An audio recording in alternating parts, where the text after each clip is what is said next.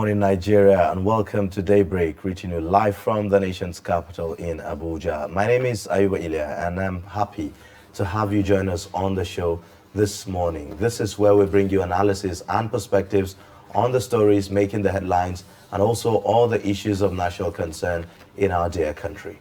It is indeed a, should I say, cool and windy morning today. Yes.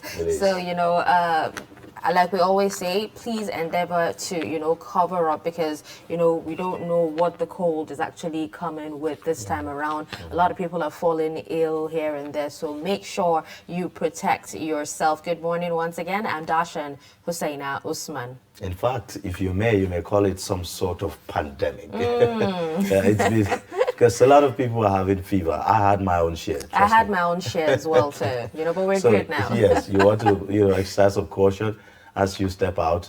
It's breezy, it's cold, it's dusty, and all of that. So it's really coming with quite a lot. But yet, we are happy. It's the Christmas season again. Yuletide, as we know, comes with a lot of travels, a lot of, inflation. Goodies as well. Yeah, a lot of goodies. Positives and negatives. Very positive and negatives. And our advisory is that if it's not necessary, looking at what the situation is in the country at the moment, stay home. Stay home and don't travel. It's best to just stay put, except when it's necessary. Yes, indeed. Yes, 3 days to Christmas. What are your plans for Christmas, if I may? I'm actually going to be at work on Saturday. Yes, we're all going to be at work, yes. But I guess we'll find a way. Are you going to be at work? Yeah, donations are open. I mean, you could just breeze into Trust TV and say, hey, you guys, Merry Christmas to you. Yes, we know you're working so hard. But, it's time for you to have gifts. fun. Exactly. Anyways, that's just on the side. Now, today we'll be looking at quite a lot. The House of Representatives passed the 2022 appropriation bill yesterday. And we'll be focusing also on the cost of election. INEC needs 305 billion naira to prosecute the 2023 election. We shall be also having a robust discussion on this very important topics. We'll be getting our guests' perspectives on reasons given by the President for refusing to sign the Electoral Act Amendment Bill, which I believe has set tongues wagging, all over the country. Some are for and some are against, whether direct or indirect primaries, whichever way. But I guess at the end of the day, Nigerians just want a credible process. Right. Yes. And as usual, we'll be bringing you top headlines from the dailies. And before we take a look at what's happening today in history, the House of Representatives has actually passed the 2022 budget and increased the appropriation bill to 17.12 trillion naira from the 16.39 billion naira proposed by the executive. Now, despite uncertainty in global oil markets due to the Omicron variant of COVID-19, the House of Representatives on Tuesday passed the 2022 budget estimates with increase in the oil benchmark from $57 per barrel to $62 per barrel. The Committee on Appropriations recommended 139 billion naira as National Assembly budget for 2022 against 134 billion naira proposed by the executive. The budget passed on Tuesday following the adoption of the report of the House Committee on Appropriations submitted by its chairman, Mukhtar Batera. Now, go ahead and have a look at this. The approved 2022 appropriation bill increased by 736 billion naira, and the breakdown of the budget showed that statutory transfer is to GOP 869.667 billion naira, recurrent expenditure of 6.910 trillion naira, capital expenditure of 5.467 trillion naira, and debt services of 3.870 trillion naira for the year 2022. Shortly after the passage of the budget, in remarks to wrap up the year, Speaker Femi Gbajabiamila said it is now abundantly clear that the legislature needs to act to reform the envelope system currently in place because it imposes conditions that do not make for optimal outcomes. He maintained it was high time Nigeria started considering options for merging agencies where there are significant overlap in functions and responsibilities, and scrapping other institutions where their utility is no longer apparent. In consideration of the 2022 appropriation bill, we were inundated with the requests for funding from ministries, departments, and agencies of government, all of whom require additional funding to effectively discharge their mandates. We recognize the genuine urgency of many of these requests, and we have tried within the reality of limited revenues to meet the most critical needs. However, one thing that is now abundantly clear is that the legislature needs to act to reform the envelope system currently in place because it imposes conditions that do not make for optimal outcomes. At the same time, we must begin also to consider options for merging agencies where there is a significant overlap in functions and responsibilities, and scrapping other institutions where their utility is no longer apparent. The 2022 budget, as worked on by the appropriation committees on both the House and the Senate, is a proposal for an aggregate expenditure of 17.126 trillion, which is an increase of 26% over in 2021 estimates. It is also includes the following components: capital expenditure 5.476 trillion, recurrent expenditure 6.909 trillion, statutory transfers 869.667 billion. In the same vein, the House passed through third reading the Finance Bill, which seeks to amend the Capital Gains Tax Act, Companies Income Tax Act, Federal Inland Revenue Service Act, Personnel Income Tax Act, Tertiary Education Trust Act, Value-Added Tax Act, Insurance Act, Nigeria Police Trust Fund Act, National Agency for Science and Engineering Infrastructure Act, Finance Control and Management Act, Fiscal Responsibility Act, and for other related matters. The total sum of 215 billion 811 million 290,240 naira, out of which 119 billion 68 million only is for personnel cost, and 60 billion 16 million naira only is for overhead cost, and 35 billion 97 million naira only is for capital cost for the year ending 31st December 2022. Mr. Speaker, I also move. The House, however, adjourned sitting to January 18, 2022 to enable members to celebrate Yuletide with a caveat to reconvene should there be any emergency. Well, there you have it, the passing of the National Budget 2022. Now let's get reactions.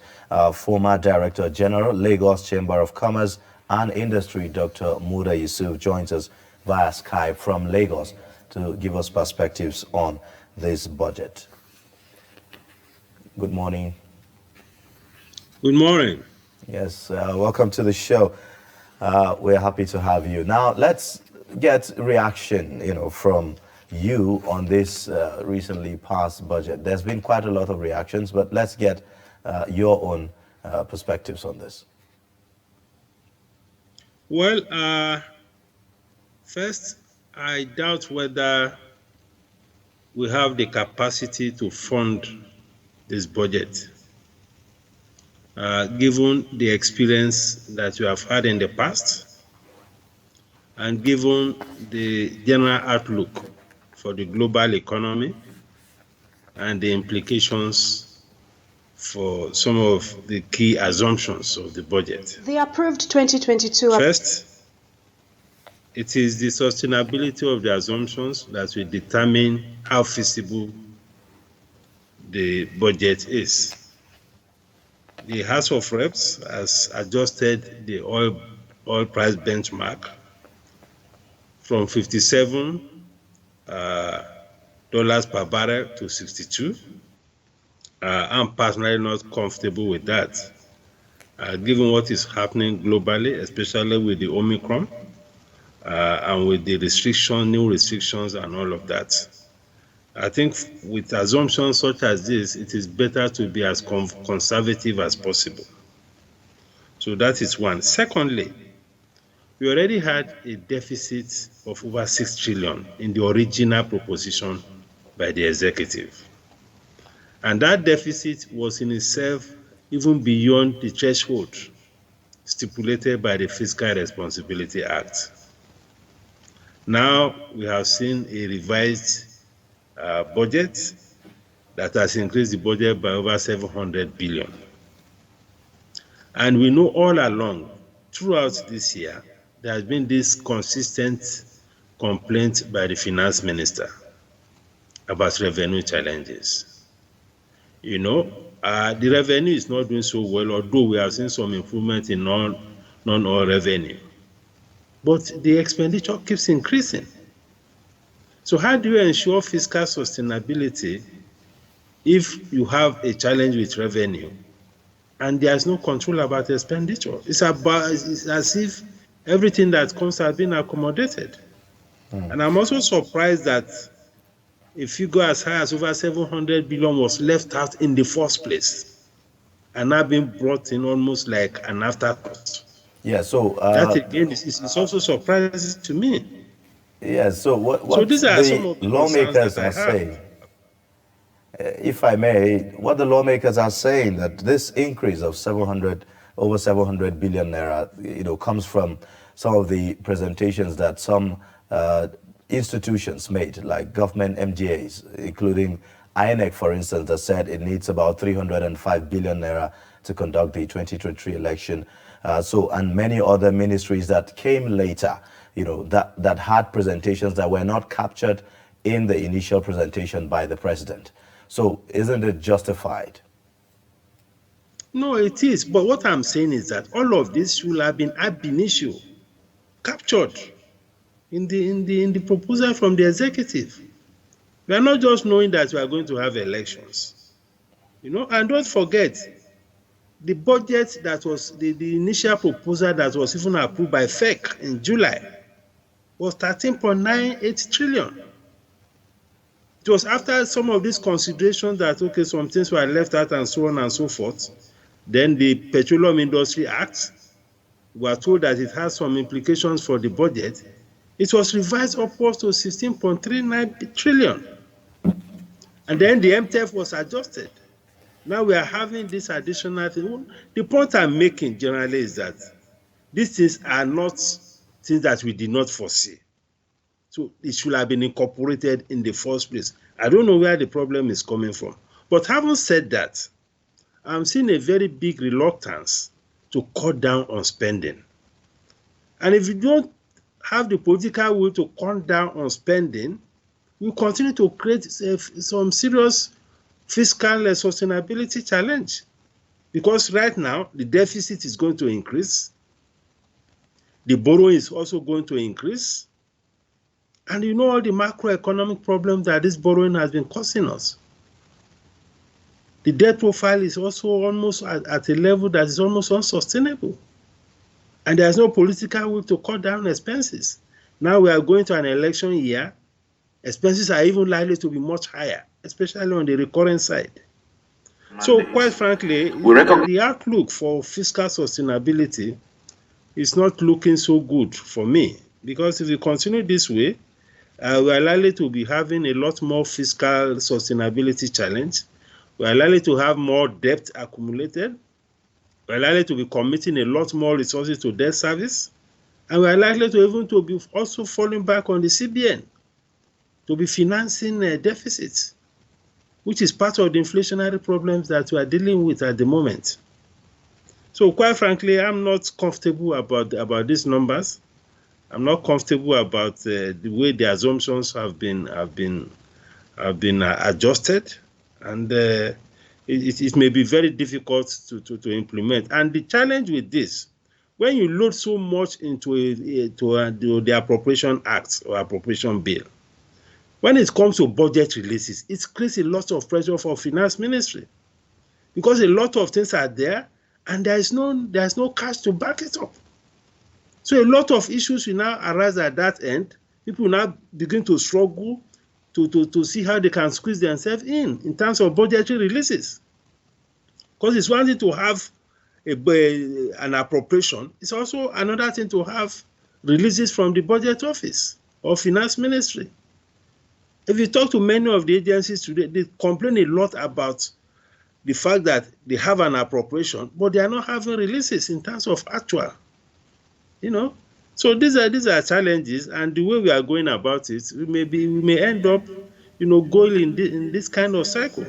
All right, if you can hear me. Now, the president highlighted that the loans would be directed at financing critical development projects and programs. And some people have actually complained that, they've not seen results from the past projects as well. So let's have your thoughts on this. Well, we have seen some limited results. At least we have seen the railways that has been constructed. We have seen the airports. All of these things are proceeds. We have seen some of the road projects that have been constructed. So it is also not fair to say that there is nothing to show. But whether what we have to show is commensurate with the amount of debt that you have accumulated, it's a different matter. Because the challenge is that if you look at the good chances that part of the borrowing is also going to recurrent expenditure. And that is reflected in the structure of the budget itself. At the end of the day, by the time you look at the recurrent, you look at the debt service, between debt service and recurrent expenditure, you already have consumed almost the entire revenue of government. Because invariably, recurrent expenditure most times consumes about 80% of the budget. So if you are borrowing to finance deficits, that means that part of the borrowing is also going into recurrent. So those are the challenges that we have as far as this borrowing is concerned. Some of the borrowing, of course, are going into infrastructure. Some of them are even directly dedicated. Okay. They are not borrowing that comes directly into the purse of government, especially these bilateral loans. But if it is all these commercial debts, yes, they have a way of finding themselves into the cash flow of government, and some of them may end up under the current expenditure. All right. Now, given some of the provisions in the Finance Act, that tends to also support the bill with the effort of government to show up revenue, by taxing more Nigerians, expanding the tax net, and all of that. Are we about to see something different that we have not seen before? Well, because the economy is dynamic, perhaps there is some sense in also coming up with the Finance Act each time we have the budget. But the concern that we have is the challenge of, bringing on new taxes or all of that, because some of us have complained that the private sector is already overtaxed, particularly those who are already in the tax net. So I think part of the initiatives will be how to bring a lot more people into the tax net as against increasing the tax rates. And the finance bill is also trying to review the VAT Act or the VAT law or legislation to put it squarely in the domain of FRS. I think these are some of the things that the Finance Act has been trying to correct. Then there are implications also for capital gains tax, insurance, and all of that. But nothing drastically different. The only worry is the fact that there are some additional imposition of tax that are still in the pipeline. For instance, there's a tertiary education trust, tertiary health bill, which is also in the National Assembly. We already have the police trust fund. We have, a police fund, which is also which will also require some taxation on the private sector.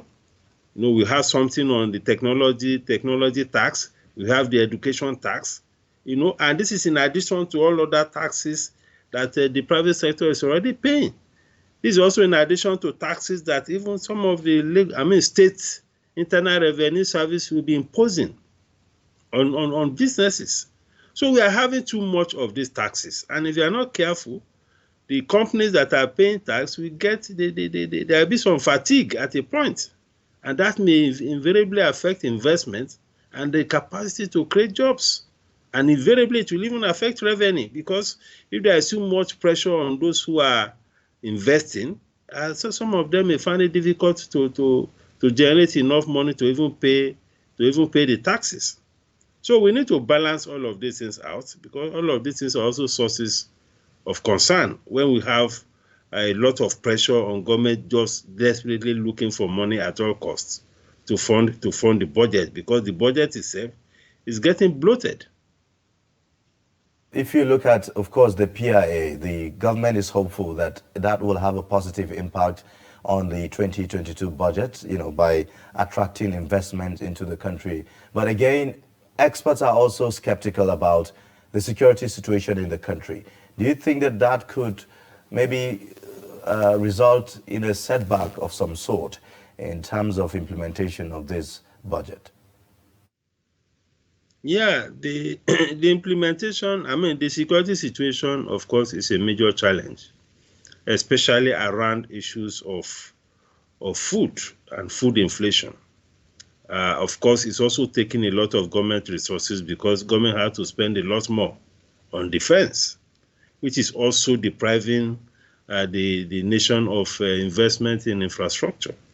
Of course, it has a lot of implications. It has implications for poverty, because a lot of people are being displaced. It has implications for inflation, because agricultural output is being affected.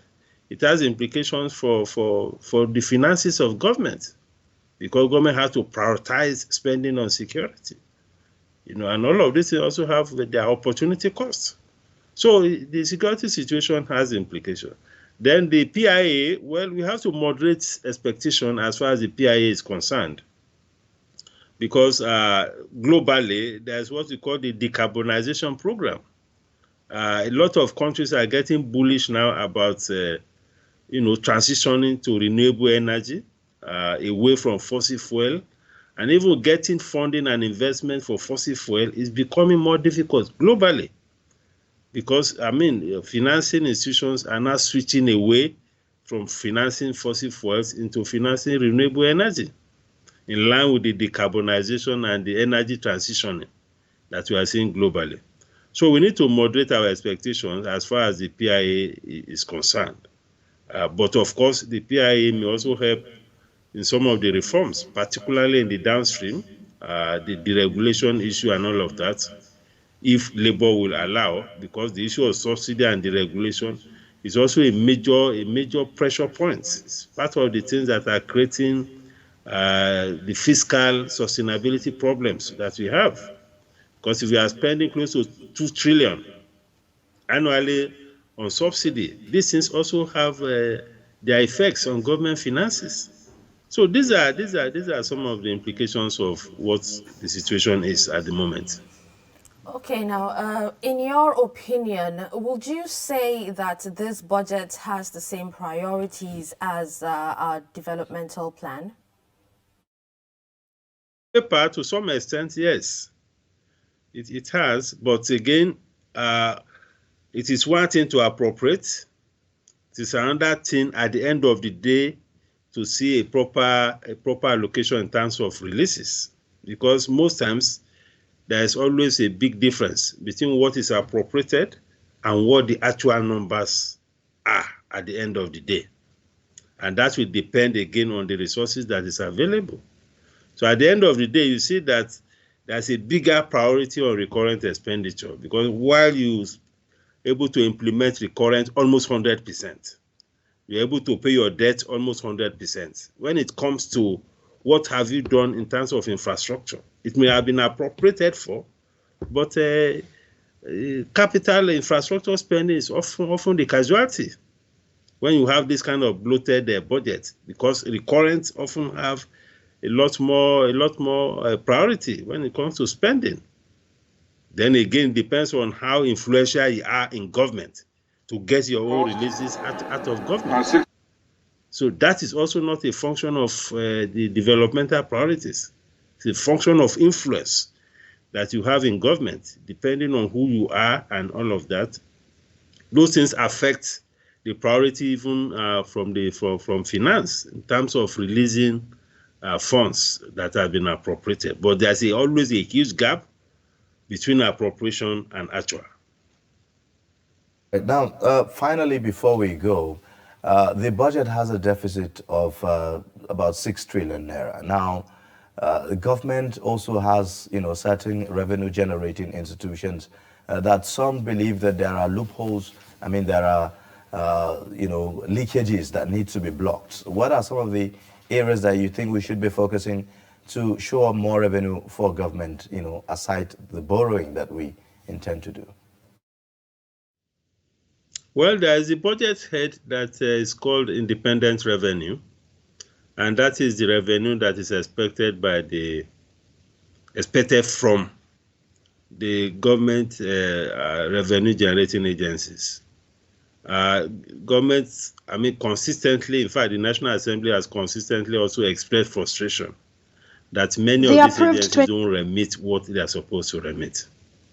So we need the political will on the part of the government, particularly the presidency, to ensure that all of these agencies remit what they are supposed to remit. We need the political will to ensure that there are also compliance with financial rules. We have seen several reports from the Auditor General's office about misappropriation, people not accounting for funds, and nothing is happening. Year in, year out. It's as if nobody wants to touch anybody.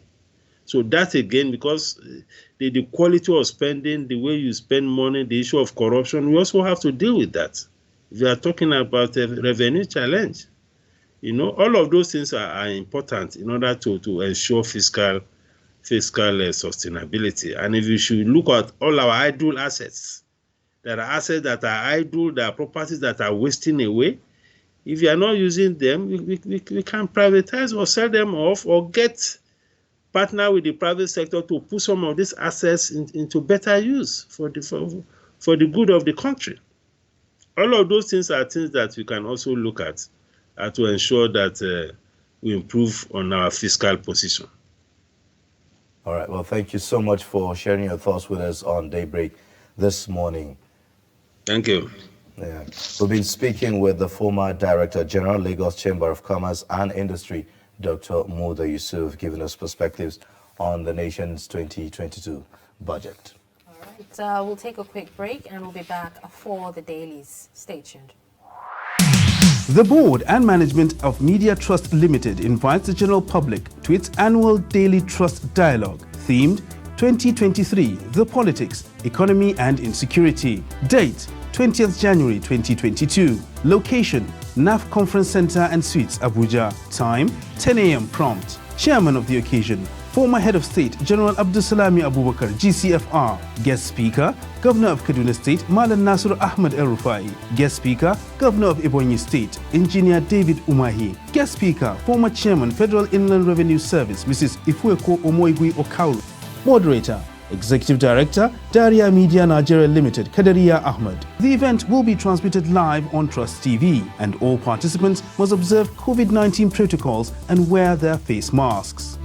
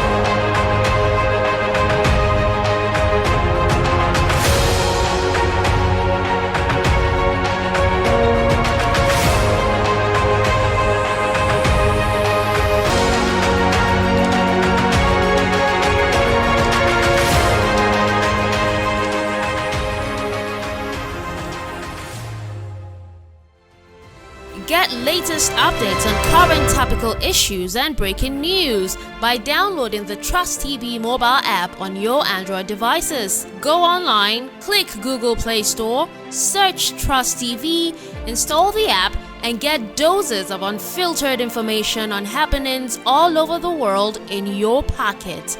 Trust TV, documenting the Nigerian story.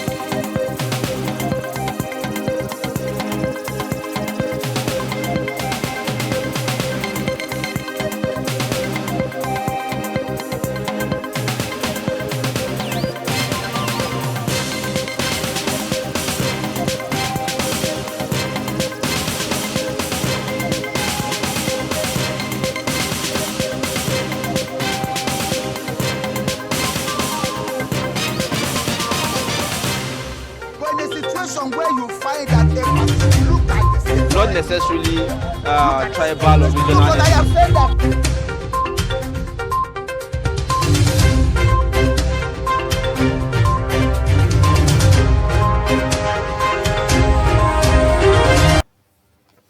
All right, thank you for staying with us. And if you're just joining, you're watching Daybreak, reaching you live from the nation's capital in Abuja. Now we'll head straight into the paper review for the day. And we'll be basically looking at the stories that made the headlines on the dailies on Daybreak. We have in the studio the chairman, editorial board, Blueprint, Zainab Okino, to review the stories with us. You're welcome to the program. Good morning. Thank you. Good morning. Thank you for having me. You're welcome. Now let's begin with the Daily Trust newspaper this morning. And first, we'll see the lead story there talks about the electoral bill. Senators collect signatures to override Buhari, with the rider say direct primaries or no budget passage. I think that's too late. We must reform our electoral system. That's according to the Speaker of the House of Representatives, Gbajabiamila. Fayemi backs president as governors reach out to legislators. We are disappointed. That's according to Rafsanjani, talking from the perspective of civil society organizations. Now, you would see also the pictorial there showing you Governor Abdullahi Ganduje of Kano State when he paid a condolence visit to his predecessor, Senator Rabiu Kwankwaso, over the death of his brother Inwa in Kano. Now, below that, there's a story there that says El-Rufai meets Buhari, says bandits must be killed. And that's on page 6 of the Daily Trust newspaper. Now, at the very bottom, FCT poll, INEC detects 14,665 multiple registrants. And that's on page 37. Court sentences 3 persons over possession of 1,144 ATM cards. APC crisis gets messier in Gombe and Anambra State. Let's go back to the top. There you'd see also Senate reps pass finance bill. Tax credit. NNPC hands over 621 billion naira check for 21 roads. And then the next story there. Federal government inaugurates committee on Nigeria-Ghana traders disagreements. These are the major stories that made the headlines on the Daily Trust today. All right, with that, we'll move on to the front page of the Punch newspaper. There's a story here at the top that says Nigeria loses 499.32 billion naira as Twitter ban hits 200 days. And details of that story can be found in page 20. Experts knock lawmakers as reps raise budget to 17.12 trillion naira. We also have customers groan as cash-strapped banks slash withdrawal limits. And a writer here that says banks officials blame CBN for inadequate cash, POS operators lament. Beside it, we have a story here that says deal with prison attackers in their language. NSCDC orders personnel. We also have 10% spending of recoveries by EFCC and FRU encourages fraud, and that's from the minority reps. Now, the lead story here is the Electoral Act Amendment Bill, and it says senators threaten to override Buhari, governors back president. And the writers here say Buhari's reasons for declining assent fallacious, says Senate spokesman. Governors Forum hails rejection of bill, says president's arguments tenable, and you can find details of that on page 2. Okay, when you come to the bottom, you'll see a story here that says NYSC backs Army's detention of female soldier proposed to by Corps member. Darwin College pupils detained over colleague's death get 1 million naira bail. We also have again kidnappers strike in Ekiti local government, abduct female teacher, 4 others demand 50 million naira. Now the footnote here says FRSC Amotekun deploy 30,310 personnel, body cameras for highway patrols. We also have NSCDC naps 53-year-old Kwara bricklayer for allegedly raping friend's teenage daughter. And then a final one here says reps to invite envoy over Nigeria's humiliation in Togo, order probe. And you can find details of that story on page 13. All right. Now let's take a look at the Punch newspaper. The lead story says senators move to override Buhari on electoral.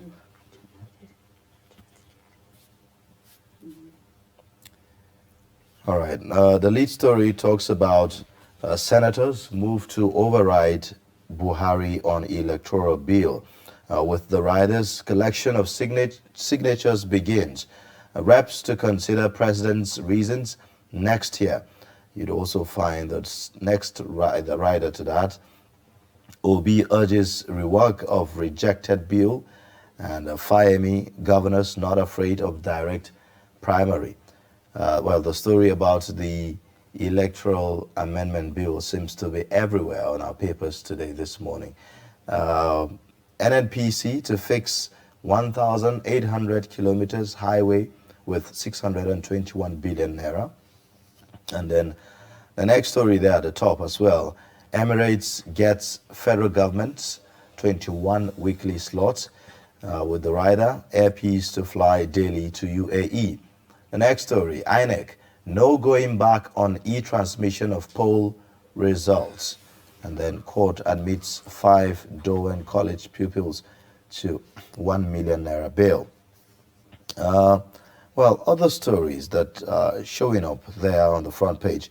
Twitter, Facebook, Google, others now to pay tax in Nigeria. The next one says 20 years after Shoyinka challenges federal government on Igi's murder. Okay. These are the major stories on the nation. All right, we'll take the final paper, which is the Guardian newspaper. And the lead story is still on the electoral bill, saying senators delay recess, collect signatures to override Buhari. And we have riders here that says we'll decide next line of action in 2022, says Gbajabi Amila. You have 30 days to override president or remove contentious clauses from bill. That's CSOs to NAS. Falana says Buhari, a beneficiary of direct primary, reasons for rejecting bill misleading. We also have, we're not scared of direct primaries, governors insist. President has rubbish democracy, says NC Front. All right, we also have more stories here. Senate prolongs 2021 budget lifespan, passes finance bill. Shoyinka tasks Buhari on probe of political murders. Aisha Buhari directs staff to vacate office till further notice. We're helpless over Army's inability to target bandits' location, says El Rufai. If you come to the bottom, you'll see a story that says declare state of emergency in Northwest. Others over insecurity. Islamic clerics urge federal government, and you can find details of that story on page 5. And then finally, over 1,000 cargoes trapped at Lagos ports as server records downtime. And these are all the stories we have on the front page of the Guardian newspaper. All right, then. Now let's get perspectives on this. We said we have in the studio Chairman Editorial Board, the Blueprint newspaper, Zainab Okino, to give us perspectives on these stories that made the headlines. Good morning again and welcome to the program. Good morning. Good morning. Yes. All right, now the story about the electoral bill seems to be everywhere. I mean, one wonders, is it much of a priority as such? You know, given the fact that people are saying, look, it's not really about whether direct or not direct primaries that is the crux of the matter when it comes to electioneering in Nigeria. Well, okay, I'll say it's a priority. It should be a priority because we're talking about the way we conduct our elections, whereby people are elected, and the people that are elected are going to make policies and govern us. They are going to make policies that affect you and I. So it should be of a sort of priority. So what's the other question? Yes, so you know why I'm saying whether it should have such dominance is because of the conversation by some arguing that the issue about elections in Nigeria, the problem of election in Nigeria is beyond, you know, whether direct or indirect primaries, and this seems to be the issue that a lot of people are talking about. Yeah, as regards the electoral bill. Yeah, that's true. The problem of election in Nigeria is beyond direct or indirect primaries, but we need to be fixing them one by one. So this would have been a way of fixing one, and we face other problems. Yes, there are other problems about rigging, thuggery, corruption, election campaign, and all that. There's so many issues, but it's not bad if we start from somewhere. So the electoral bill, whether it's direct or indirect, it would have been one way or the other. It would have solved one problem or the other. Then we moved on to the next one. But of course, the fact that it's a priority is because politicians dominate the scene. They dominate the news. So anything that affects them, they think should affect all of us. But the truth is that some people are not bothered. I personally, I don't care whether it is direct or indirect. I just want us to conduct a free and fair election. Okay, but now not that I agree with what the president did. No, I really don't agree. Okay, now the governors have backed the president right from time on his, decision not to assent to the bill, and they're here saying that they're not scared of direct primaries. What is your take on it, and why do you think the governors are divided against the House? Oh, they have always been divided against the House, and don't forget, I have always said that governors are the ones dictating the tunes. And they are the ones that are complaining the most when this issue of direct primary came about. And they put pressure on the president from behind. It might not be in the open.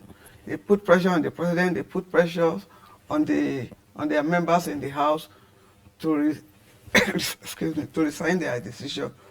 But they still went ahead to pass the bill. So now that the president has somehow decided to toe their line, that's the governors. You don't expect them to say I mean, they are actually happy.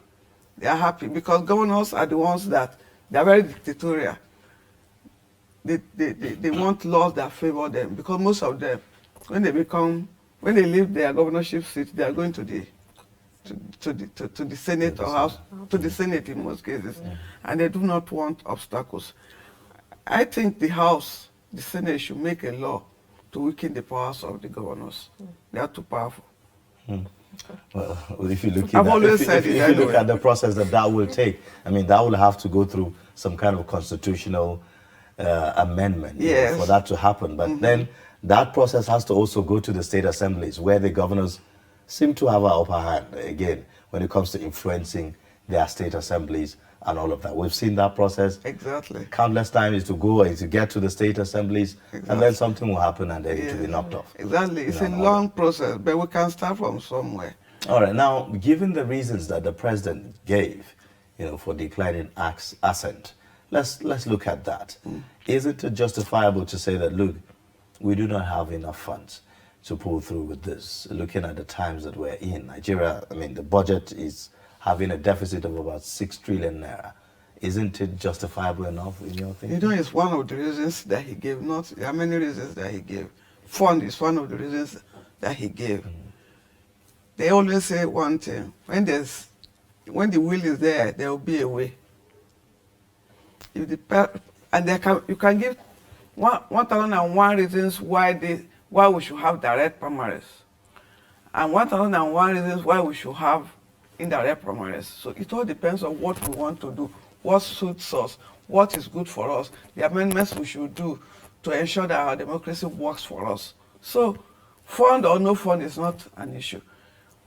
There's no fund, there's no fund. Why is the National Assembly, why haven't they cut down their budget? What of the presidency itself, the executives? Why haven't they cut down their own budget?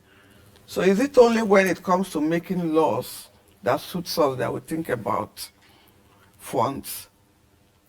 Don't forget that the president talked about so many other things. Funds, as I said earlier, is just one of the reasons that he gave. Security as well. Well, he also talked about security. As of 2015, there was already this security problem. They voted him in, despite all odds. And in Borno and Yobe, the epicenter of the Boko Haram insurgency then, he got a lot of votes, almost like 90%. So I'm not saying security is not an issue, it's an issue of concern. But it's not enough a reason not to sign the electoral bill into an act. Well, so if you talk about this direct primaries, how important it is for our electoral process in terms of helping to sanitize the process of recruitment of politicians into, public offices? It's not error-free. It's not error-proof. But it will give the electorate the opportunity to decide in the open who they want to vote for, as against this issue of the indirect primaries, where a few people will be chosen. It's a few people that in the end will choose who the governor is, who the president is, and these people can easily be compromised. With 500,000 naira to each delegate, if you have, let's say, 200 delegates, I mean, it's very easy to buy them off. But you cannot buy off millions of people when it comes to direct primary. Okay, now the CSOs have actually told NAS that they have 30 days to either override the president or remove the contentious clauses from the bill. Now, which do you think they would actually do? Because, they've been accused of being too loyal to the president that, they might not be willing to override him. Yeah. And considering the fact that, this particular bill, has had previous rejections like 3 times. Let's pick on the CSOs that you talked about. Okay. They are not obliged to listen to any CSOs. They are not under any obligation to do that. Okay. It's just an advice. But I can bet you they will do none of those two. They will not do any of the two. They will not withdraw the bill. They will not override the president. They don't have the ball. They don't have. We already know who they are, and they told us who they are. rubber stamp Senate. I was even surprised that they passed that bill in the first instance. They should have asked the president before passing it, because that's what they do. Normally, they will ask the president what he wants. So you think that we understand that there's this collection of signatures that is ongoing. You think it's a smoke screen or some sort? I mean, is there some efforts that we can see that it's possible to believe that conveyed to story? the president?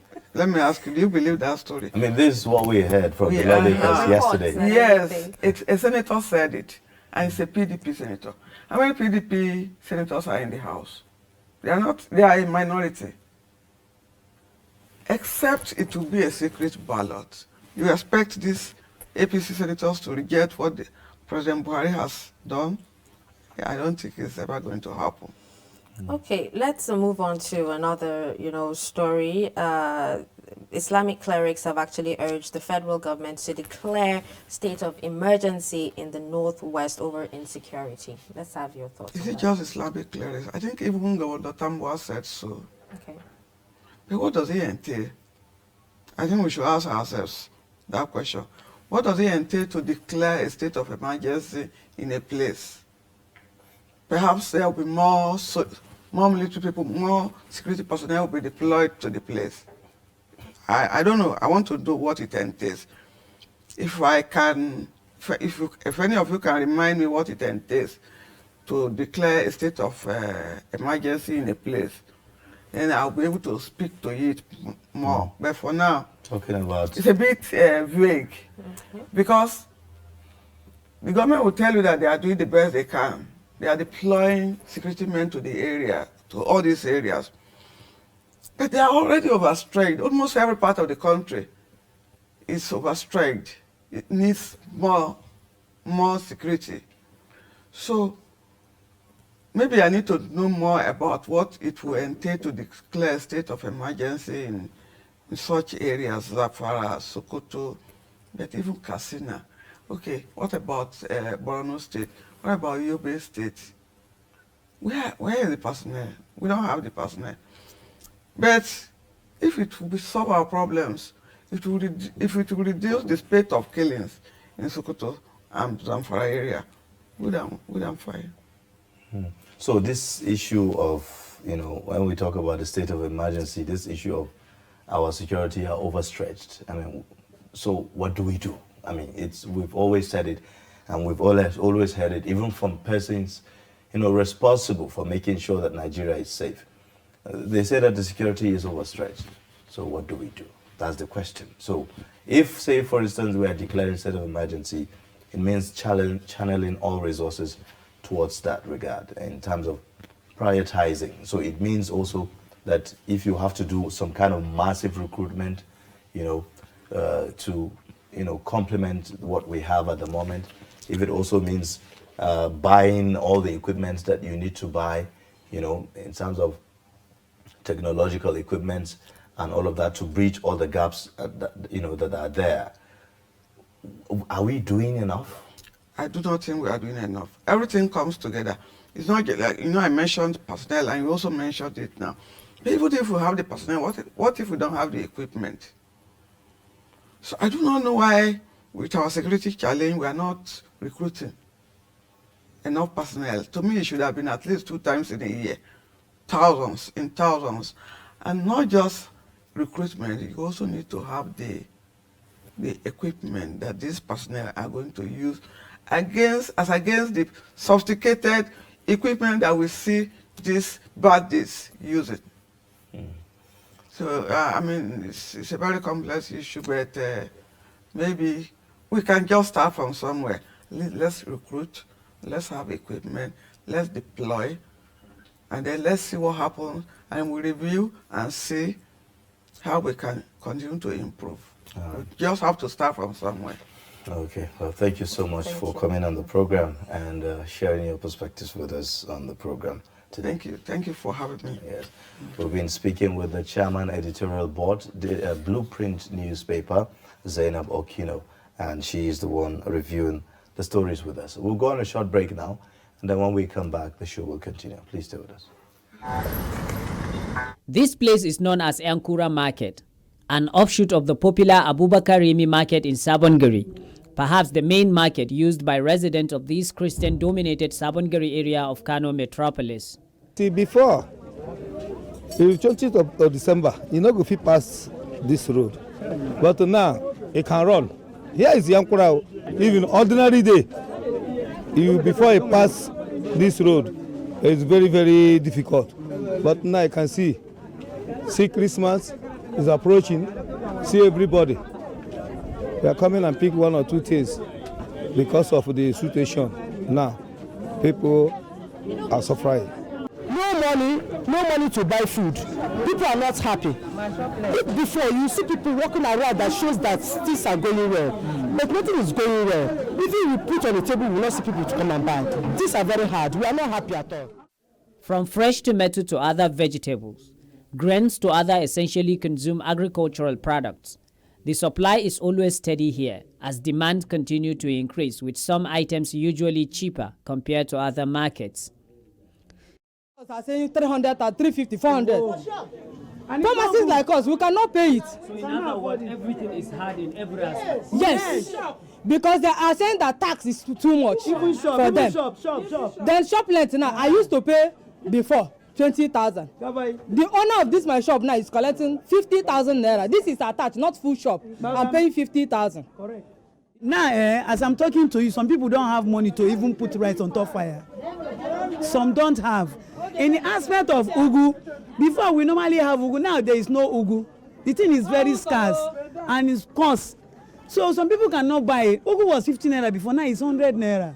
Some people don't have that 100 naira to buy. This continued and uninterrupted hike in price of food items is threatening the purchasing power of the people as they set out for yet another important religious celebration in Christianity. Situation in the market, that things are very hard. Men is supposed to travel in this season, but because of things are very hard in the market, we are not selling. To buy is very difficult. Things are very hard. As for people, for myself, I don't have something to give my children because I am not making it. I really am making it, or at least I will buy some clothes for my children. But up to now, I have nothing to buy for them. I have nothing to give to my children. The area I'm seeing that when you buy something today, maybe you come next week, you see addition of another 200 naira or 500 naira. And some places, some other 100 naira, according to the product people are selling. Although all things relating to present high cost of living in many parts of Nigeria appeared disturbing, many people are still hopeful as they wait for change. And while they wait, their suffering may likely continue to increase. Idris Jibrin, Trust TV News, Kano.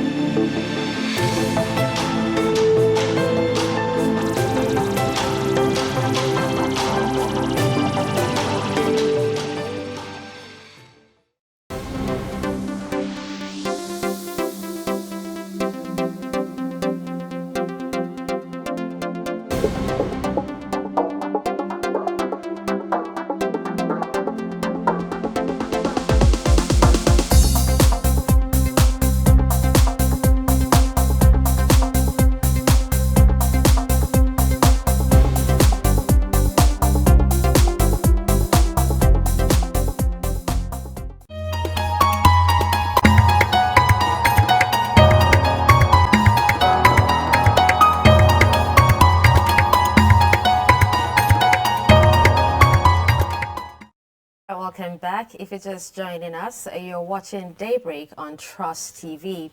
Now moving on to our discussion, talking about the cost of elections. Ahead of the 2023 general elections, the Independent National Electoral Commission, INEC, said it will require 305 billion naira as projected expenditure for the polls. Now, INEC Chairman Mahmood Yakubu, while making the presentation before the Committee on INEC, said the proposed 305 billion naira is different from the 40 billion naira yearly budget of the electoral body. Now, he also noted that while 100 billion naira had been released to the commission out of the total projected, expenditure, it will not be enough for adequate preparation towards 2023. INEC's presentation, was coming on the back of the President Muhammadu Buhari's refusal to sign the 2021 Electoral Amendment Bill into law, citing majorly insecurity and cost of conducting direct primaries by political parties. Let's take a look at this package.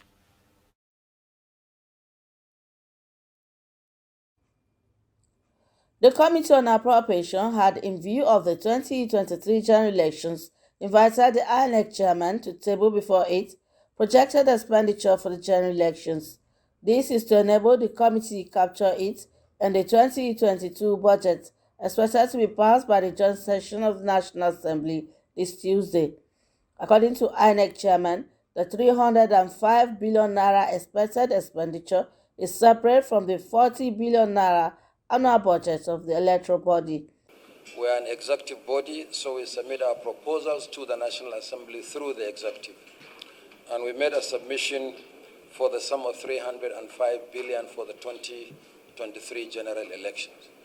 It's a very comprehensive 22-page document with 260 budget lines.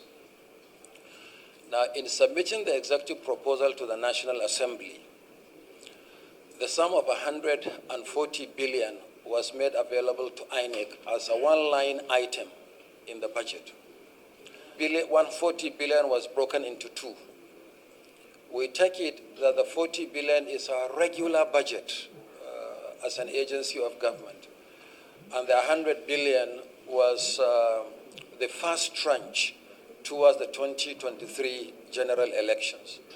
And we have gone ahead to make provisions accordingly. And then there is the outstanding 205.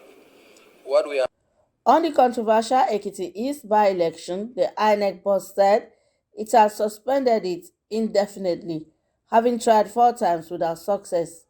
He lamented that the last attempt, voters were killed on queue, while security operatives and electoral officers were equally molested at polling units. There are 24 members of the Ekiti State House of Assembly. And I know what we went through in Ekiti East 1 state constituency. The main election, a runoff election. Unfortunately, the member died. We mobilized for a by-election. But as we are aware, the by-election was disrupted by sheer act of violence. Voters were killed on the queue on election day. A police officer was killed at a polling unit on election day. We simply suspended the election indefinitely because this INEC will never reward bad behavior. Will never tolerate a situation where citizens are killed on account of elections. So the election remains suspended indefinitely. By indefinitely, I mean indefinitely, until the conditions are right for the by-election. Now is, with Ekiti governorship election coming up in June, Ekiti East 1 state constituency may be a dress rehearsal for the Ekiti governorship election. So we may end up conducting the election in that constituency 5 times because it may be disrupted. Now, the thinking of the commission at present is that since the Ekiti governorship election is holding in June, we should just wait and combine the state constituency and the governorship election in June. In his remarks, the chairman of the Appropriation Committee, Senator Barau Jibril, said required appropriation for the general elections will be made for the electoral body in the 2022 budget in the interest of all Nigerians. Jibril assured his committee's report on the 2022 budget proposals will be laid in plenary at both chambers on Tuesday, considered and passed. Tomorrow or when? Unfailingly. Tomorrow, unfoldingly, we are going to lay tomorrow for the passage. Okay. We are going to submit and consider. Submit and consider. Yes, tomorrow. Yes. We are going to present and consider. We're going to present, and then the presentation will be tomorrow, and the consideration will be tomorrow as well. Okay, by the grace of God. We've been waiting for them. They've given us the fullest information required of them, and we are proceeding to put together a report for our submission to the plenary tomorrow, God willing. We're going to present, and then it's going to be considered tomorrow, by grace of God. With this development, the January-December fiscal calendar regime has come to stay. All right, now let's get perspectives to this. We have in the studio Executive Director ready to lead Africa. God bless Otubure. We have also joining us a senior lawyer, international analyst, and democracy and nation building a commentator, I would say, Barrister Menasara Kogo Umar. And also joining us virtually from Edo, Ekiti State, we have human rights activist Ario Atoye to give us perspectives on this. You're all welcome to the program. Thank you so much for having me. Yes. All right, now, should we be worried, really, when you see such number, 305 billion naira, as costs of running election?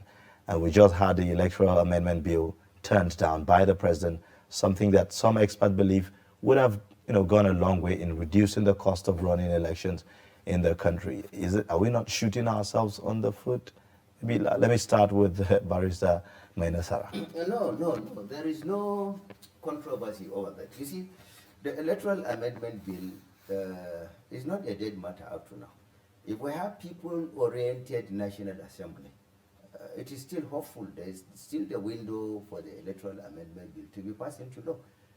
The position of the Constitution is crystal clear.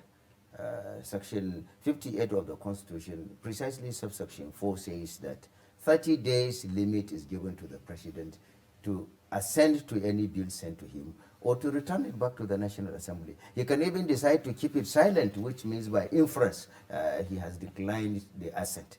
And then section 58 subsection 5 says where the president did not sign, did not approve the decision, the National Assembly reserves the right to consider it within themselves so that they will be able to have 2/3 of their members. Once they have 2/3 of their members, then it becomes law, whether or not the president's signature is there, and it's mandatory, including the president, for him to comply. And then section 59 subsection 5 there says, when National Assembly in doing that should convocate a joint sitting. The House of Representatives and the Senate should sit as a joint sitting where such a 2/3 majority will now be determined. Not the way the National Assembly is going about picking signatures on the streets and then say that they are compiling to override the president. That one is wrong. Vanity of all vanity is all vanity, as said by the Holy Bible. Therefore, they should read the letters of the Constitution and do what the law dictates on them to do if they are really interested in that. Regarding this 305 billion, ordinarily speaking, 305 billion would not be seen as to being too too exorbitant. Considering what the House of Representatives did yesterday, they have increased their own budget by about 700 billion, which is over double what the what the INEC is looking for to serve the 210 million Nigerians. But going into that, they should be the demand should be calibrated on the anchor of the bill of quantities. What and what do you want? This increment by the House of Representatives, you said their own. Is it their own? That's not what that was not the explanation we got. No. The increase relates to. I'm yet to get a clear explanation because I only read it on the page of the newspaper that they said they increased their budget. That is the word, the wordings of. Well, the explanation was that these were for my inference is for items that were not captured in the initial presentation of the budget. Whatever is it, the point is that the 305 billion is needed for 2003 general elections, aside the 40 billion annual budgetary expenditure of the this thing. But if we are looking for electronic transmission or electronic conduct of elections generally, then it should be a device to get reduction in the cost rather than increase in the cost. When you take Section 305, the schedules under the mandates of INEC is not mandated to wait for any electronic act amendment if they truly want to go into electronic elections in Nigeria. They have the independence, they have the freedom, the law has given them the power to decide the way they should go about conducting the elections. So except if the INEC itself is not ready about it, then they are bringing the the excuses of these exorbitant bills before the National Assembly, of which the president is riding on it to say that the cost of conducting electronic transmission of results will be too expensive for the nation to bear. But essentially, anything to do with the interests and aspirations of the citizenry, fundamentally the issue of election, in tandem with Section 14, subsection 1 of the Constitution, then sovereignty belongs to the people. Okay. Anything to do with the people do not be considered as too much if we really mean to do it judiciously. All right. Okay, God bless actually seems to have something to say, on this. It seems you don't agree with some of the things he has said. Okay, so I was only just, when he alluded that INEC doesn't need an electoral act to conduct elections using or transmitting results electronically, whilst the 1999 Constitution is amended, clearly states the powers of INEC and its independence. INEC does not exist without certain laws that guides its actions, which is the Electoral Act. Today we're using the 2010 Electoral Act as amended as well to conduct our elections, because when you look at it, the word for word, law by law, administration of our elections are not totally covered by the 1999 Constitution. So what you do, nomination, everything to how the electoral management body works is covered within the Electoral Act. So I would not say that INEC is, just trying not to do its work and saying they need an electoral act. They do need an electoral act for, yeah. Look at it. In any case, INEC has already been testing the waters with some of these electronic forms of, conducting the elections already. But let's also get another perspective from Ado Ekiti, coming from Ario Atoye, who is a human rights activist. Let's get your own reaction to this electoral amendment bill and the whole conversation.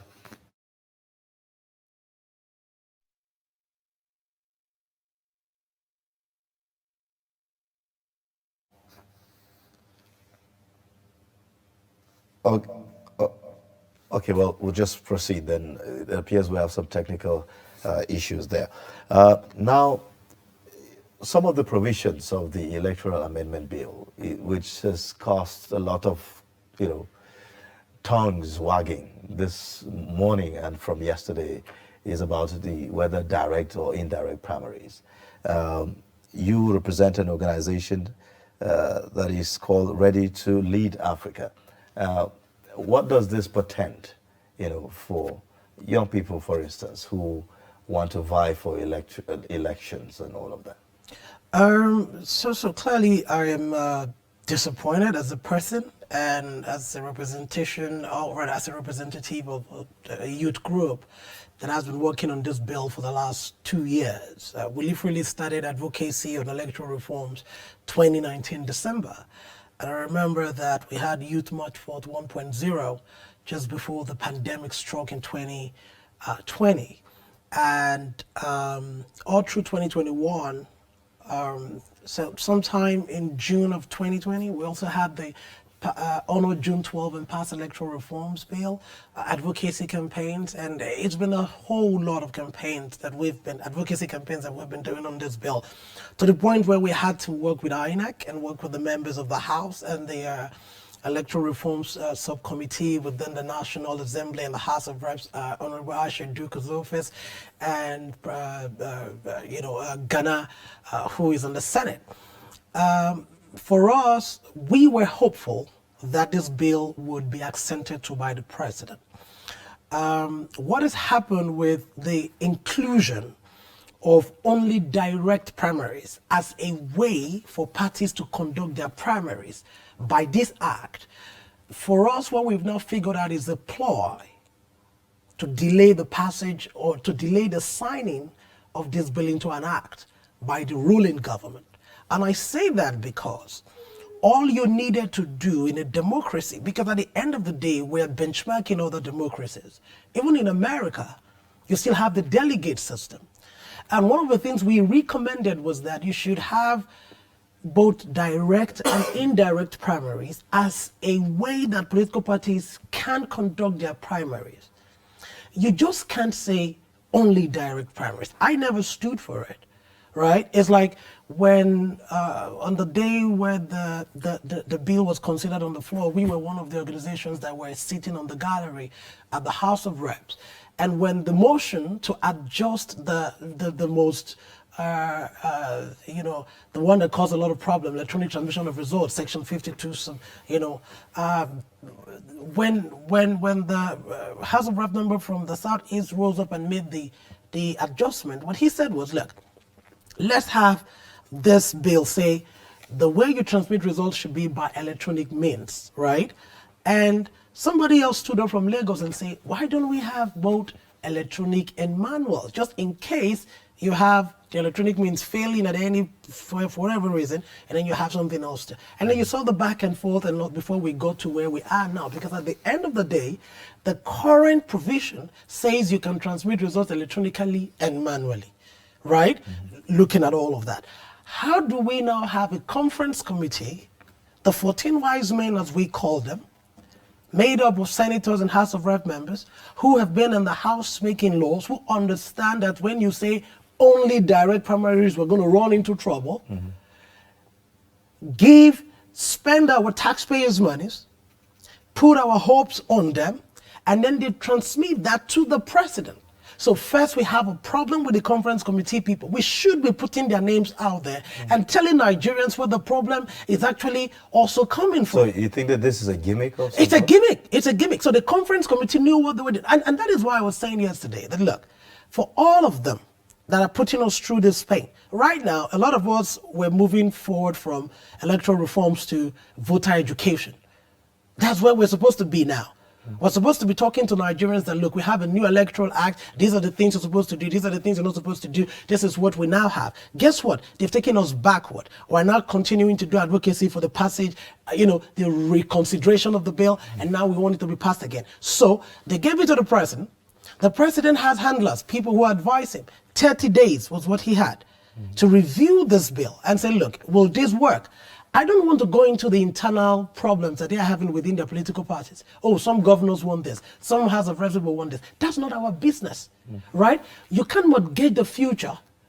You can't mortgage my future, because a lot of them are close to the exit stage of their life. We're the ones that will deal with the outcome of what is going to be agreed on today. So you cannot, because of your political war, searching for power, put the lives and destinies of young people who make up over 70% of this population because you want to stay in power. I don't care. That's not my business. So you have the problem from the conference committee, and then you have the problem from Mr. President. And Mr. President, I'm saying it to him. Look, every time we met, you kept telling us that you would sign. When you saw that bill, 30 days was what you had, sir. And you didn't think that you should send it back and say, look, because I met with someone really high up in the government. So, all right. Go ahead. Okay. Go ahead. All right. Well, we would also get thoughts from Nesara, in regards to this. But let's get the first thought from our virtual guest, who is also joining from Ado Ekiti, Ario Atoye. Can you hear us now? Okay. Well, let's hear from Nesara. Do you share in this thought that there's some ploy to delay the process, of passing this bill, which is germane to the 2023 election? Well, I do not believe it's a ploy to delay. It's either yes or no. Either they are interested in it or they are not interested. It's not a question of delay. If it's a question of delay, this is not the first time this bill is reaching this level. This is not the first time. Remember 2019, we had it like this. Was it 2019 or 2018? We had it like this, and then reason of shortage of time within which to implement was advanced. So many reasons are yeah, so that's the point that he's making, that maybe this is also part of the ploy to buy time. No, it's not a question so that of buying time. Closer anything to do with 2023 elections. If, as of this time, you have not determined your mind on it, forget it. Time is not there for 2023 preparations for continued dilly-dally. The position is clear. The president has refused to assent to it. Members of the National Assembly will now see where does your pendulum swing. Is it towards the side of the popular interest of the people? Because democracy is all about the people. You have conducted public hearing, and preponderance of the people indicated that they are interested in this. The electronic transmission of results, all electoral manipulations regarding the conduct of our elections, experts have critically analyzed it and judged it to start from the collation time down to announcement of results. And clearly this is a panacea to it. When you have electronic transmission, it will block all chances of manipulations at that level. And it will speed off the processes of the announcement of the results, which will reduce bickery and acrimony regarding the outcome of the elections, which will even reduce chances of litigations and so many other things. It will increase credibility and acceptability of even the outcome of the decision. So if the interest of the generality of the citizenry is in the minds of our framers, of the those responsible for passing this thing, time is still not late. In a situation whereby, for example, the National Assembly wanted to go on recess last week, they now decided that because of the budget, they want to extend it out to this time around. This process of concurrence, not concurrence, converging, calling the two houses joint sitting to have to third, how many hours will it take you to do it that if you are really interested in it? So I will really agree with him in that context, that not in the context of delay, but in the context of not showing that they are the killers of the rat. In other words, not showing that they are not the ones interested. So they have now two options. Either you dance to the tune of the masses and then do the needful. Convocate joint sitting of the National Assembly as per the provision of sections 59 subsection 5 of the Constitution and 58 subsection 5, and then do the needful. Or if you still believe that the marriage of convenience between the legislature and the executive is what you want to persist, then deliberately decide to create tactics as a way of not signing it. So I do not believe that it's a delay, but rather lack of interest to even append it into law. Okay, so briefly, before we go for a break. And let me say this to Nigerians. Look, we are not going into 2023 with the 2010 Electoral Act. It's not going to happen. And I'm saying it to Mr. President, I'm saying it to the Senate President, Ahmed Lawan, and I'm saying it to the Speaker of the House, Femi Gbajabiamila. I am repeating it. Nigerians will not go into 2023 with the 2010 Electoral Amendment Act.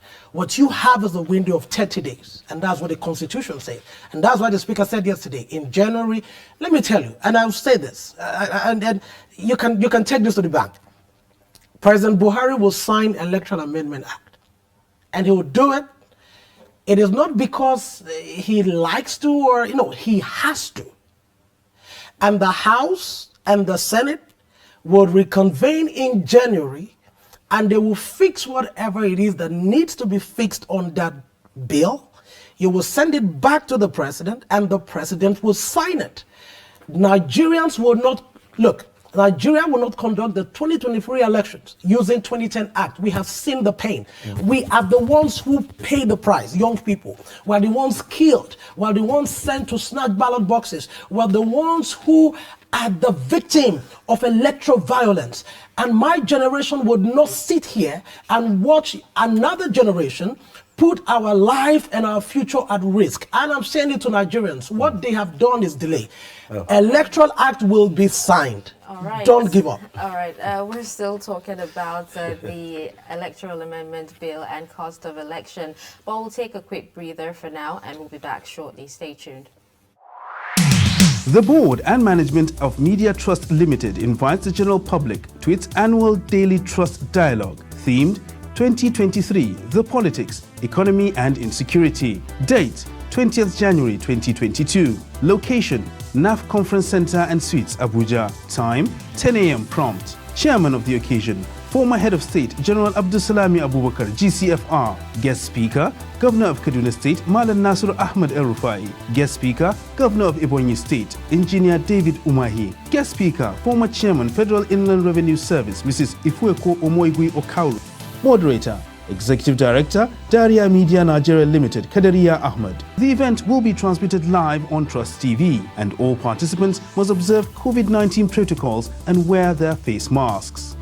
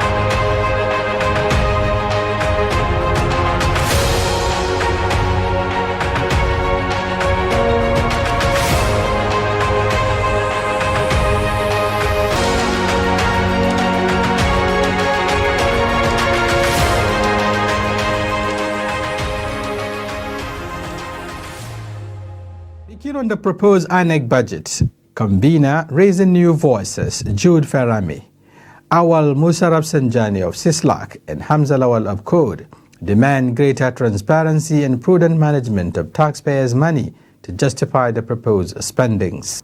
A lot of expenses were incurred in the previous years.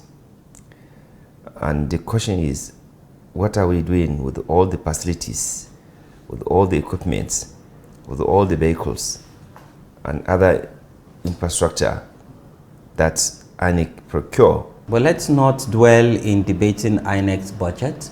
Yes, it's important that as taxpayers we must also hold INEC to account.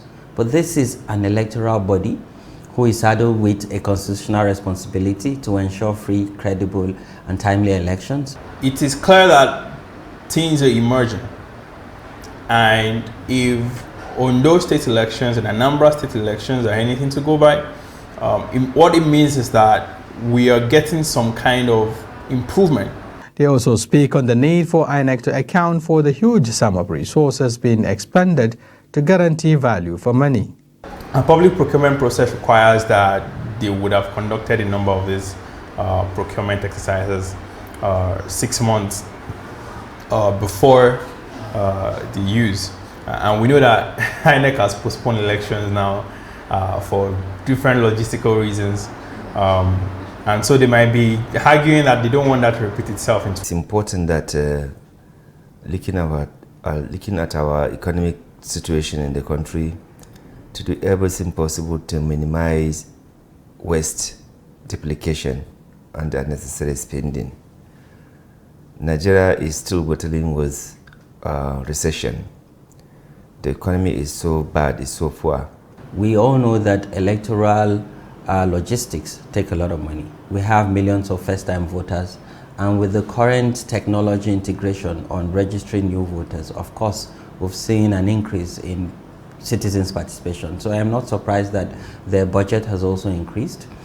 Chairman, Independent National Electoral Commission, INEC, Professor Mahmoudi Yakubu, had presented a budget proposal of 305 billion naira for the yearly expenditure of the Commission and the financial requirement for effective preparation for the 2023 elections. Shafiu Suleiman, Trust TV News, Abuja. Get latest updates on current topical issues and breaking news by downloading the Trust TV mobile app on your Android devices. Go online, click Google Play Store, search Trust TV, install the app, and get doses of unfiltered information on happenings all over the world in your pocket. Trust TV, documenting the Nigerian story. All right, thank you for staying with us. If you're just joining, this is Daybreak, reaching you live from the nation's capital in Abuja, from Trust TV's headquarters as well. And now we have in the studio, God bless Otubure. He is the executive director, Ready to Lead Africa, and also senior lawyer, international analyst on democracy and nation building, Barrister Mainasara Kogo Umar, giving us perspectives on the electoral amendment bill and the cost of elections in Nigeria and its implication on our democracy. Now, let me get your perspectives also on other areas of the electoral amendment. I mean, the ones we are always hearing about is the electronic transmission of results and the issue about direct primaries. And the president has raised just one objection as regards the direct primaries, which is about issues of costing and also insecurity in the country. Now, why is it such a big deal, to pass the bill? Nigerians are optimistic that if the National Assembly address the issue of the direct primaries and send back to the president, he's going to sign it. Do we expect that to happen? Well, these two reasons being given, the issue of direct primaries and the issue of electronic transmission of results, you understand? These two are not the only issues embodied in the amendment bill. In the amendment bill, there are several other provisions there that are injurious to the maintenance of the status quo. And that is the reason why you are seeing direct and indirect objections to this. As a matter of fact, this Electoral Act Amendment Bill is a symbolic manifestation of revolutionary giant stride, you understand, by the citizenry, by the civil society organizations to entrench robust and real undiluted democracy in Nigeria. One of the amendments that are injurious to the powers that be is this issue of inability of you to possess more than one nomination form if you are contesting. You will have not more than one nomination form. The current reality is that you will discover somebody, he will buy the form for the president. When he now aspires for the presidency and fails, he will now dust the second form he has, either to go as a senator or as a governor. We have seen it in the case of Governor Aminu Tambol. We have seen it in the case of Rochas Okorocha. We have seen it in the case of Raviu Konkosu. We have seen it in cases of so many political gladiators. They will buy many forms. So that one of the amendments there in the Electoral Act has prohibited you having multiple nomination forms. The moment you buy more than one, it disqualifies you automatically. Secondly, it has restored power back to the political institution. In other words, political parties. You cannot be called party leader anymore. By the amendment, it's only the party chairman that is recognized at the state level and at the federal level. No more you will come and be holding political party meetings at the government house. They will talk less of calling you as party leader. That one has been abrogated again. That is another thing that is injurious to the interests of the maintenance of the status quo. The third one is that conduct of primaries, conduct of whatever is it within the party structure must be conducted at the headquarters of the party. So, Your Excellency, when you are elected, you must drive your vehicle either in Koboy or Sari to the party secretariat, rather than the normal scenario of going to the government house for meetings or going to be seeking for the... You must go back there and meet. And at all levels, democracy is going to be restored because, number one, political parties, by virtue of this dictation by the amendment that you should conduct primaries at the ward level, at the local government level, and the DC. So many political parties do not even have offices branch offices at the local government levels. Some do not even have at the state level, simply because the Electoral Act says you should have offices, fair representation in the country with the headquarters in Abuja. But this one now will now force all political parties, including INEC, to have functional offices at the local government level. What they are having now is symbolic offices, omnibus offices. There must be practical presence there with members of staff so that people, political parties, and INEC will be in touch with the reality of the citizenry happiness. And apart from that too, it will entrench democracy in such a way that you must have members register. None of the political parties currently has, credibly documented members register at the federal level, at the state level, at the local government level, talk less of ward level. So you must have members register for you to conduct that. In doing that, when those political parties that are not strong enough financially to establish offices at the local government levels, at the ward levels, will naturally fizzle away, will not be in existence anymore. And those forces are now against the amendment because it will jeopardize their interest. Another thing has to do with the issue of restriction of spendings. In all your activities, INEC should have representation there. And it should have representation. Unlike now that INEC will now say we are restricting your spending limit to 5 naira, for example. You go about, even in the political jamborees, you spend 5,000 naira instead of the 5 naira, and there is no basis for the decision. You must subject your book of records. You must subject whatever you are doing in tandem with INEC representation. INEC I will be there so that they will be able to see, and they now have reserved the right now to penalize you, either to discredit or to disqualify you from even contesting the election. Another thing too has to do with limitation of the time to conduct the party primaries. The Electoral Act Amendment Bill has come with that. There is limitation of time within which you can conduct the primaries, so that at that level, INEC must be present. Any party primary you conduct or party activity without INEC representation there is null, void, and of no effect. So that one will simplify these instances of having parallel congresses, parallel, party primaries and the rest. In a situation whereby INEC will now decide, anywhere you see INEC presence there, then automatically that is the legitimate decision. So no more factions of to say we have a peacock faction, we have the other faction. No more. And apart from that too, the Electoral Act Amendment has come with a issue of party qualifications. Party qualifications. Everything will have to be scrutinized, not this issue of at the end of the contract, somebody will now rush to the court and then file a case that so person is not qualified, have an issue. INEC is now mandated to certify, yes, you are qualified to contest in the first place. So that the issue of your disqualification, look at the case of Anambra that the court gave election, that in the first instance, Andrew Oba doesn't even have the locus to have contested because the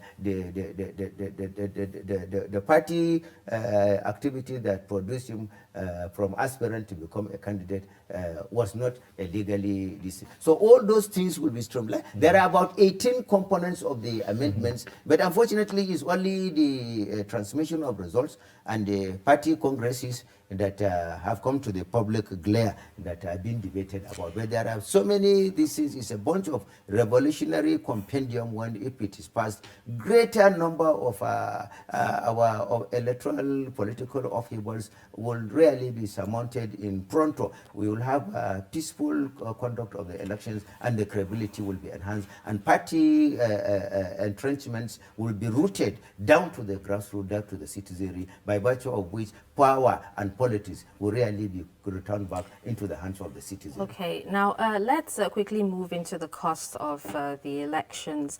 Now, let's not forget the fact that, every 4 years, Nigeria spends billions of naira. Yes, for elections and all that. And for example, in 2011, they spent 139 billion naira. In And then in 2015, 116.3 billion naira was spent. And, you know, it just keeps increasing, you know, every 4 years. And these elections are still marred by irregularities. Now, with the electoral amendment bill and the amount budgeted for next elections, will there be an improvement in the electoral process? I mean, absolutely, there will be. When you look at what INEC has put out there as its proposed cost to run the 2023 general elections, 305 billion. That cost is pegged on the bedrock that there will be more technology in the process. So if you are going to have the Beavers device in the 170, okay, I'm trying to be very careful now, 176,000 polling units, if I'm correct? More than 8,000. Yeah. More than 8,000. No, I mean, I'm talking about the entire polling units in Nigeria. It's like 100 and something thousand. Just the recent one, they added about 56,000 to already existing 119,000. So you have so you add it, you do the maths, 177,000 thereabout, right? So if before now, what you had were card readers, right? That would certify whether you were a voter and then you'll be able to vote. Now we're doing away with the card readers and now we're bringing the beavers. And that is another cost. That's like buying new devices. We have some already that were used in Anambra, our Ondo and Edo and the by-elections in Delta. So what you then find is that as you improve the process, of course, you then incur some new spending. If we then use those Beavers devices again in 2027, what you're doing is that the cost for the purchase clearly goes out. Except maybe you are fixing where you have maybe loss or what have you, but clearly you're not going to have this kind of increment or this kind of cost.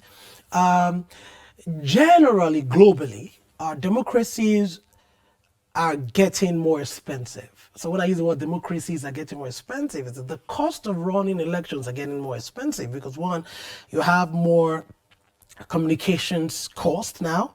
You're reaching more people. You are expanding the voter demographics. And just look at what they've done now. They've turned some of the voting points to polling units. So you're expanding all of that. Look at 56,000 plus you're adding to, so that gives you more cost, right?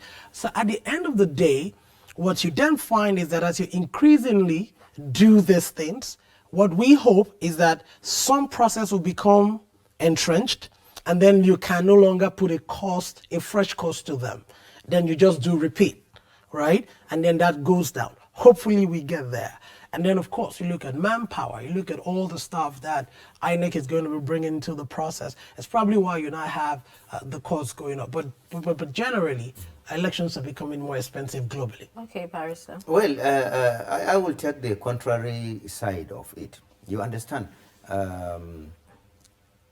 Electoral management, when you are bringing in electronic device, it should be a system that will improve efficiency and will reduce cost. 305 billion is too exorbitant. If I am INEC chairman, there's a way I can conduct more credible and acceptable elections with just about 50 billion. Let me give you a scenario. On election day, block all our entry points into the country. No need to restrict people's movement, no need to print voters' card, no need to use the beavers, no need to use ballot boxes, no need to spend money on logistics, transportation, overseas, rocks, and no need for all those things. All you need to do is link up all our polling centers and the collection centers with solar device. Have a panel with solar device. Get representatives of the political party and law enforcement agencies to secure the election, the voting points and the collation points. Everybody that comes should use his thumbprint as his own voter's card. No two persons have the same thumbprint. Thumbprint on the logo of the political party you are interested in. If you thumbprint beyond once, it invalidates your votes. Thumbprint, the moment you thumbprint, it automatically translates addition into the party you have voted for. Just don't restrict movements. From 9 o'clock to 12 o'clock, elections should be conducted. The moment it is 12 o'clock, something will ring. Clearly, results will be displayed everywhere. Yes, but if you look at the explanations, the reason for this high cost, isn't it because there will be new deployments of some of these I do not believe in that. The reason is simply equipments, electronic equipments that will be used for the election. So in the initial, there's likely to have this high costing, and then eventually it's going to drop. But the way INEC is doing, for example, they will bring this device during this election, they will discard it and use another one instead of upgrading and continue with this. You understand? It's resource mismanagement. What I am saying is that under the scenario of the example I have given, you understand, it will go into serious way of reducing the cost. And it will entrench credibility, and it will entrench efficiency, and it will quicken the announcement of the results, the acceptance, and everything. So once you do it that way, but when you are doing it from the contractual angle of self-benefits, an average public officer will be thinking of what will be my cut in this budget. So they will not be interested in doing these kind of things. The interest there, the personal interest in most budgetary appropriations are the things that are assisting in increasing the budgetary trouble. Agreed, democracy is an expensive. Okay, because of time, let's quickly get. God bless your I mean, for me, I just think that his proposition is difficult to implement in a world that we are living in now, where you have, I mean, if you look at what our PVCs are for, they're not just for you just to vote, they're a form of identification as well. And I believe that as we move forward, our PVCs are going to become a bit more tech-driven, that you can actually use it to do a lot more things. But it is almost impossible that we would not have the kind of cost that we're currently having because we're improving. If you look at some of the numbers you read, I think there was a year, I think 2011 was higher than 2015, if I'm correct, right? Now, why? Because we, when did we introduce the card readers? I think that was was it 2015? Yeah, I think around 2015, right? Because then you look at it that once you start testing, right? When you start testing and then you begin to entrench a system, of course you reduce cost. But if you look at what the Beavers devices are doing, it is actually the Beavers devices that are helping us do this electronic transmission of results, because it's now it's more advanced, right? Because if you look at what the Electoral Act, the one that the president has not signed, it's saying we're no longer recognizing so the word is no longer card reader, is any device, so that INEC can deploy, and we don't have to now be fighting tomorrow to replace it. So the Beavers, the strategy is that it can be here for 2027, 2023, 2027, and 2031. So let's just round up the conversation on the show. Just in 1 minute, if you may. The 305 billion naira. Do you see the amendment bill, if signed, it will crash that that cost on our electoral process? Just no, it all depends on the mindset. It depends on the discipline, fiscal discipline of those to spend the 305 billion. It is all depending on the individual self. If you are the type that is looking for public service as avenue for self-enrichment, it will even be considered as too little. If you are the type that is interested in nation building, then you will be able to conduct it and refund back the residue, the residue of the money back to the national treasury. But at the end of it, the interest of the generality of the common man, the interest of justice, fairness, and equity should be applied. All right. Can I have 1 more minute? Just in 1 minute, can you tell us about the diaspora voting? There's been, it's been silent, for a really, really long time. Nobody's talking about it. Just in 1 minute. I mean, you have the diaspora voting bill, that has been introduced. And of course, one of the things that we tried to do was part of our advocacy as well. If I can contribute to the economy, why can't I vote?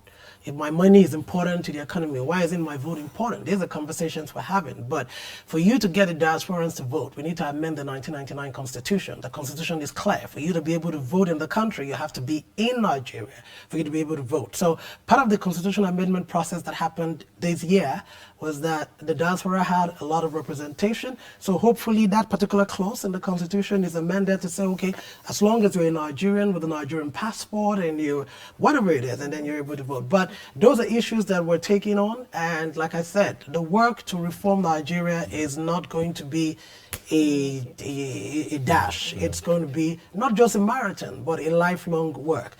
We got Not Too Young to Run bill done. Now we've gotten electoral reforms bill passed, which sadly, Mr. President, you haven't signed. I know you're going to sign it.